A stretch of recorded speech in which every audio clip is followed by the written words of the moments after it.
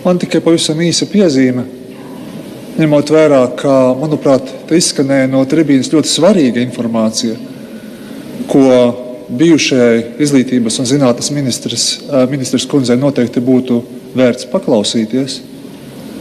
Diemžēl šīs svarīgās informācijas laikā, acīm redzot, Latkovska kungs speciāli mēģina novērst uzmanību no bijušās ministras puses, un acīm redzot, vairāki deputāti,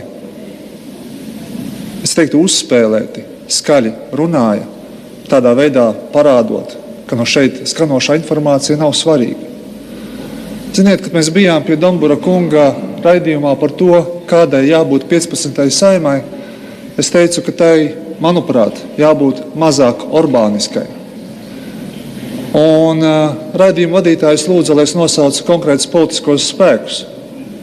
Es tos nesaucu ar nolūku, jo, manuprāt, arī valsts nozagšana, ja politiska korupcija, atsevišķu uzņēmēju piesakšana, tas arī ir tāds orbānisms. Un kolēģu neklausīšanās, kad, manuprāt, informācija ir svarīga, tā arī faktiski ir necieņa pret saviem kolēģiem.